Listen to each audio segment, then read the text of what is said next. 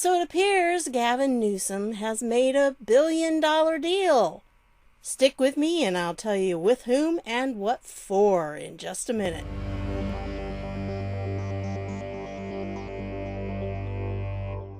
Hey everybody, this is Deb with Truthification Chronicles, and I wanted to cover this with you. Now this is going to be kind of a short video, but I wanted to focus just in on this.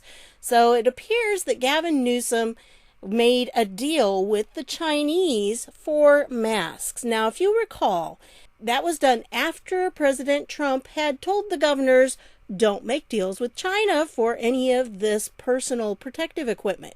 You're not supposed to do that because the Chinese material was inferior and was not safe to be using. But Gavin Newsom, of course, did it anyway. And this was back in April when this happened. So this is not news, okay? But I think there's more to the story that hasn't been covered. So I wanted to show you this and remind you of this. He made a deal for all of these masks, and it was for $1 billion contract is what he made with this Chinese company. So he had, 200 million masks a month. He was trying to get in there and everything. All right. So that's what the situation was. But unfortunately, it didn't kind of work out the way he expected. And I really think that there was more to it than this.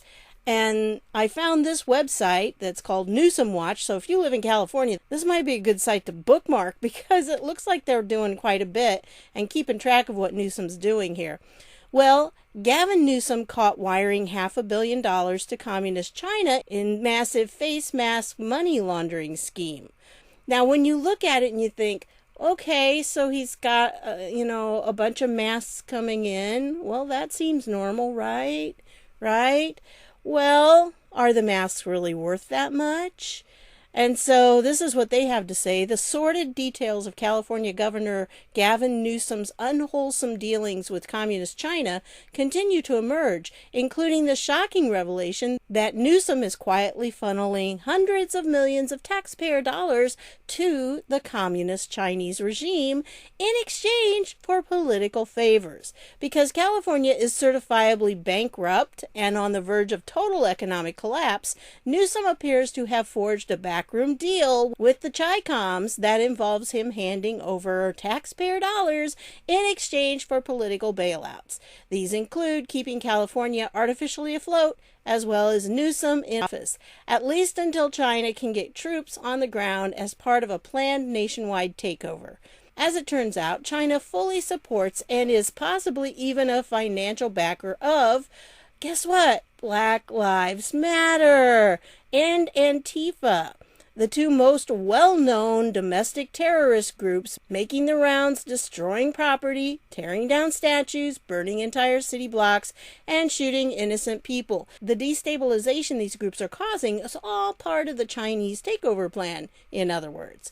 Natural News has already established that China is providing full auto weapons upgrade parts to Black Lives Matter through a smuggling operation that was interdicted by U.S. Customs and Border Patrol. Now, you might have already heard about that. That is definitely for real. So, how Newsom fits into the picture is that he has turned California into a port of entry for China to smuggle in weapons and other gear for the soon-to-be second civil war that has been planned for America. And the truly sick part is that Newsom is laundering money back and forth with the Chinese under the guise of coronavirus aid. See, I'm kind of wondering if that's one reason why they needed the hype to be going so much. And, they're revisiting it now and they need more people to be sick so that they can move their money around without it being noticed because it'll all be under the guise of coronavirus funds. Yeah, I'm kind of wondering if that's what's happening. And that's why they're trying their best to make everybody look sick. So back in April, even the mainstream media was questioning what Newsom was up to when it was revealed that he had wired $500 million to an electronic car company in China to supposedly purchase N95 masks for the Wuhan coronavirus.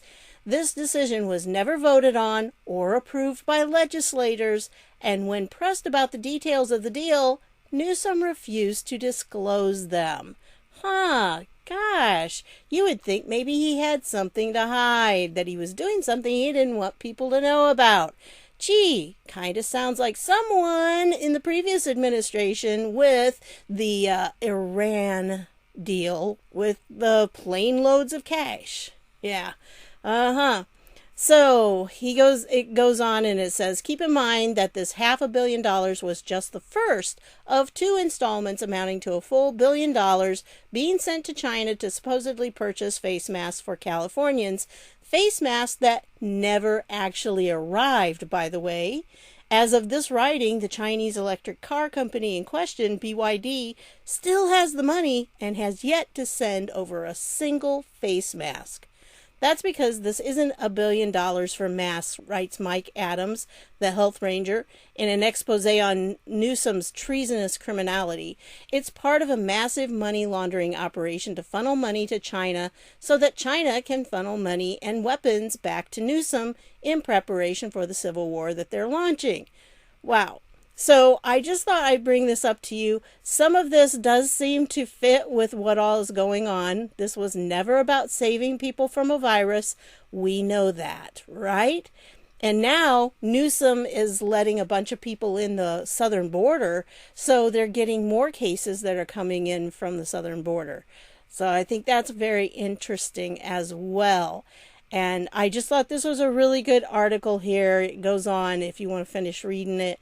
So I'll leave the link down below just like usual, but this makes sense in a lot of ways because you know that President Trump has cut off some of the funding for various states, the sanctuary states, and that's really crippled a lot of them because they weren't well managed in the first place, and probably because they had politicians that were leading their states that were doing similar things to this, making backroom deals. So I think probably Newsom was so desperate for money that he ended up making a deal with the Chinese. And honestly, I think this deal has been going on for a while. I don't think this is anything new with the coronavirus. I think they're just using this as a, excuse for it.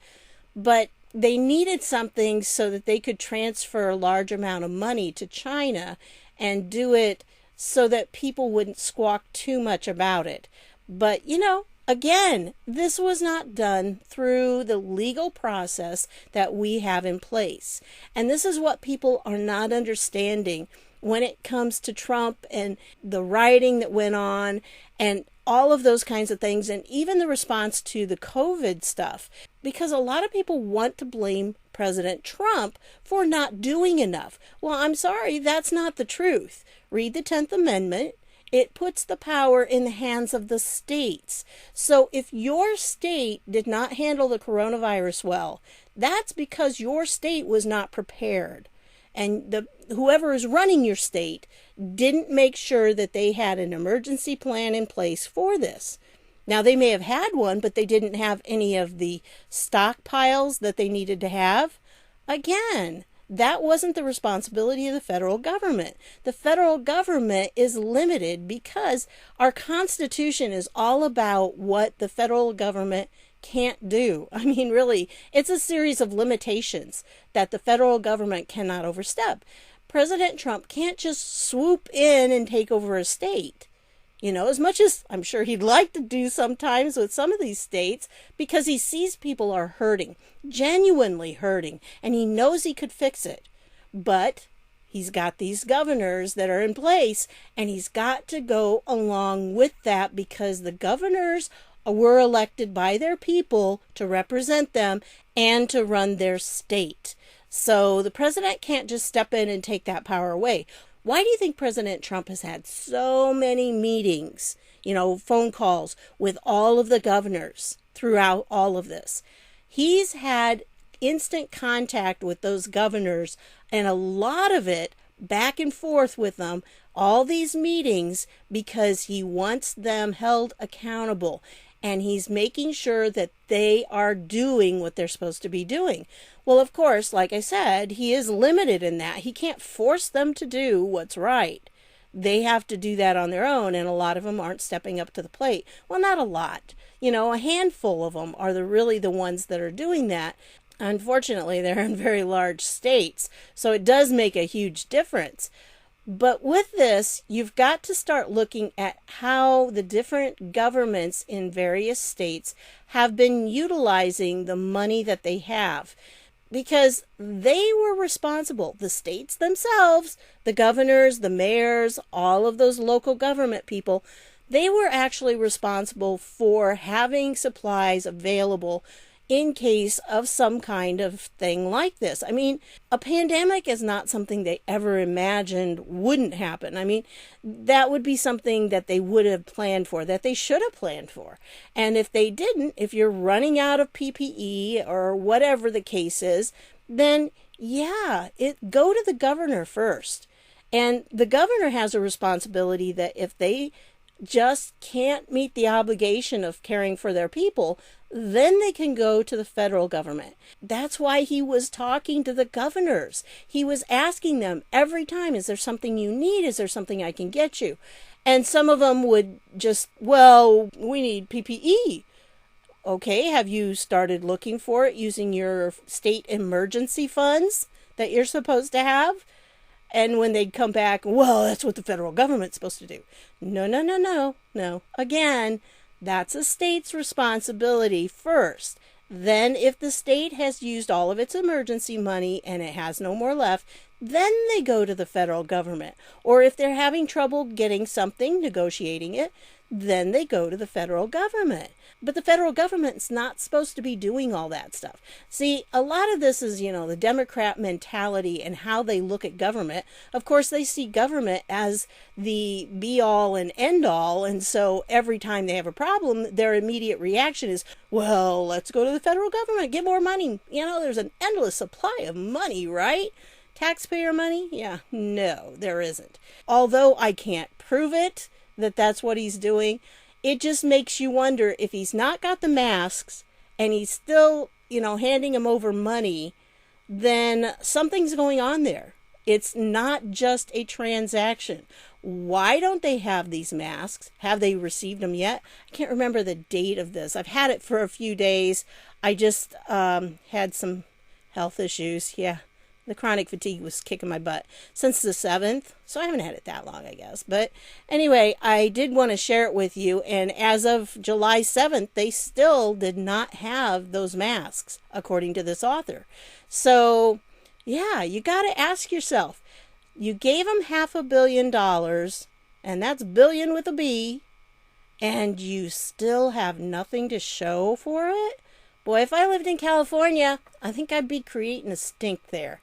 I think people need to start waking up and realizing exactly what's going on, because it's not a common transaction. And first of all, he wasn't supposed to be dealing with China in the first place. Trump told him that.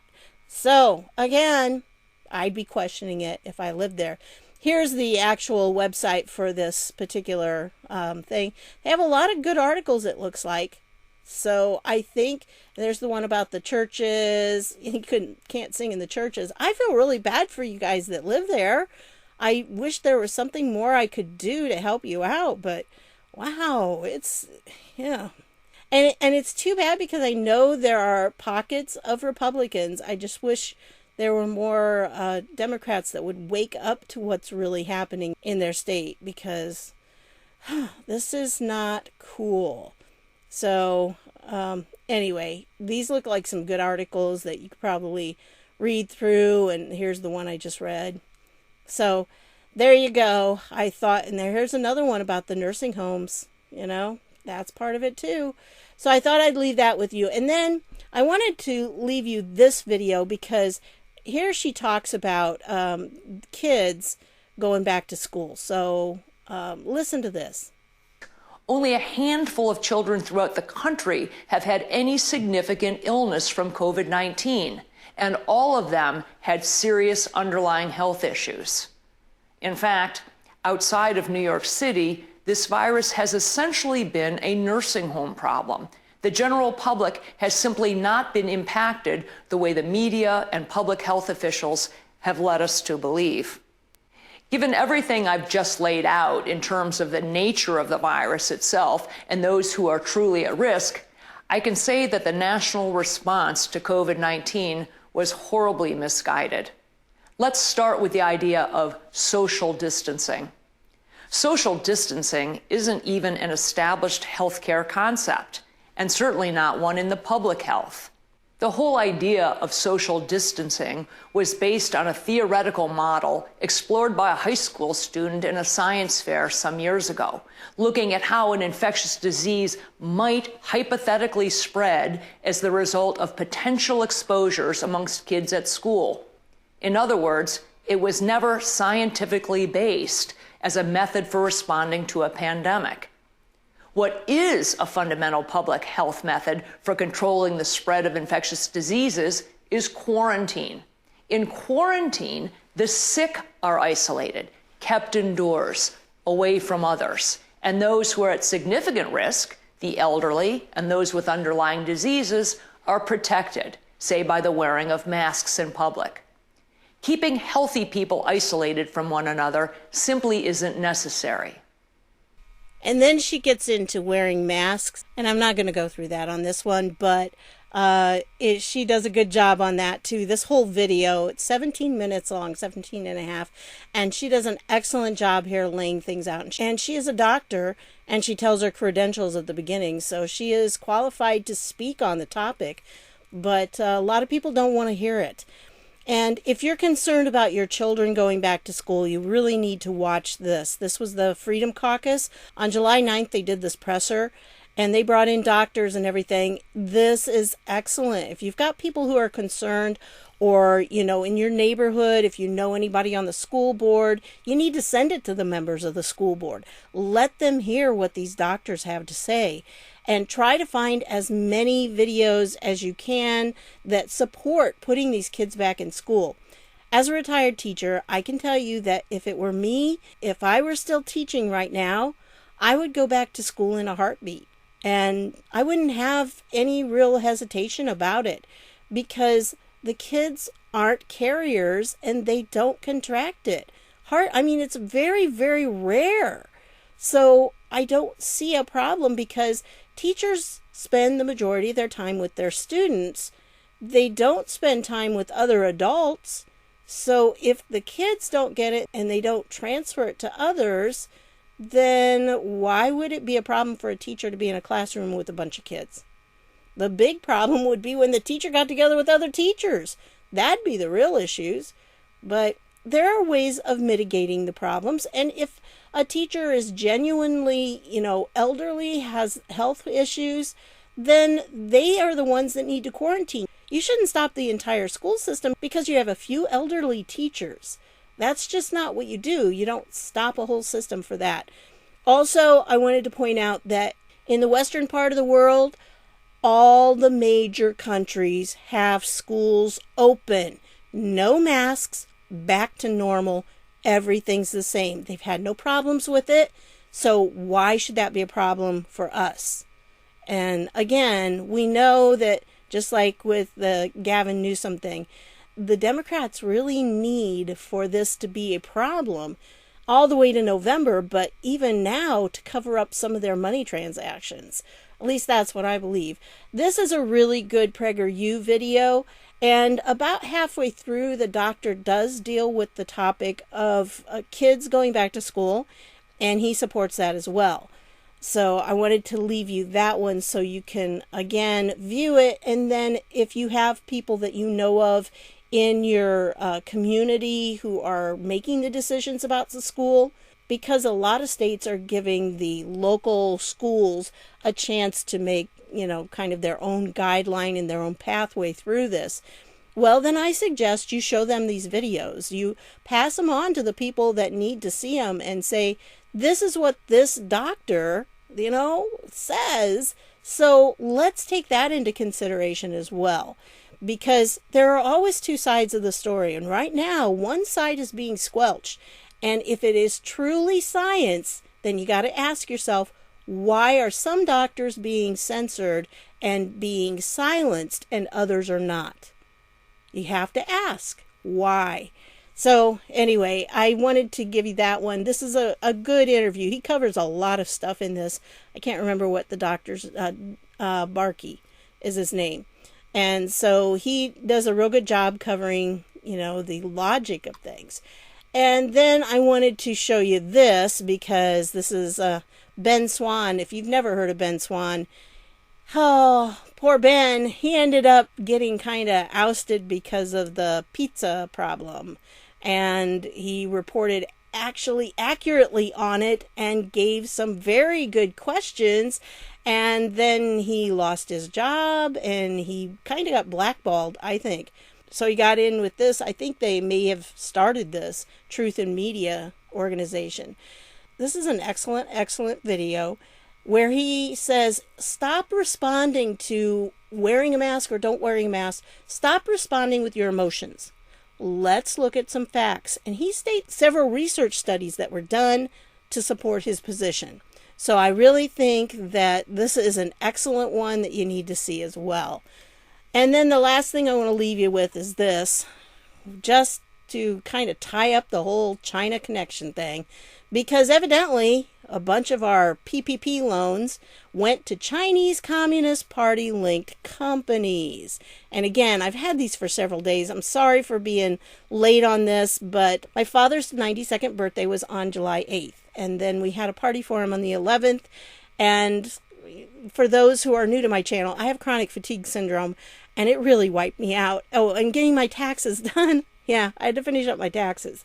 So all of that put together put me in bed for several days. So anyway, I just wanted to show you this because, yeah, the Confucius Institute, we talked about that. Remember, if you haven't seen that video, you need to see that one.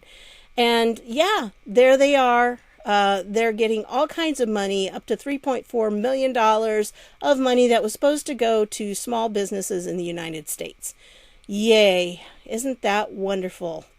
Someday, this man right here, someday, I hope it's soon, because he has caused us a lot of grief in this country. And, why did he want to become a U.S. citizen in the first place if he hated our country so much? That I don't get. I mean, it's one thing for people that are born here and then they end up hating it. I can't really understand it, but I do get that, they could do that. But why would somebody actually come here, go through everything to become a citizen, and then turn on the country? I just don't know. So anyway, that's what I've got for you. I'll leave all the links down below, and you can check all of them out yourself if you want to read any of the articles. But yeah, essentially it's just telling what happened and how much of our money went to fund more of China. And for those who don't know, I have a few videos on China, and I really think that this is a major problem right now that most people in the United States don't understand. And again, it's not really the Chinese people, it's the Chinese Communist Party. But I think it goes even deeper than that, because there is a book that I'm reading right now, and it's called The 100-Year Marathon. And it is about China and a plan that they had in 100 years to pretty much take over the world. And as I've been reading it, what I've picked up from it is that their ideology that they use, it's based on deception, that they see deception as a good thing. And so for years, they were taking the United States and playing us against Russia. I mean, they run to us and, oh, mean old Russia, and we need to have this because of Russia, and we're just a developing country, and Russia's being mean to us. So the United States would help them out, and then they'd turn around and they'd go to Russia and go, oh, mean old United States, we need help against them. So they were playing both sides to get us kind of to help them and to put money into their country. It just, yeah, it's really a very interesting book so far. And it's kind of amazing how there are so many things about it that I'm starting to see now, especially about the deception. That is huge. And if you grow up in a culture where deception is expected, imagine how that would change how you look at the world. It's something to think about. So anyway, that's what I've got for you on this one. I just want to thank you for stopping by, and I'll see y'all later.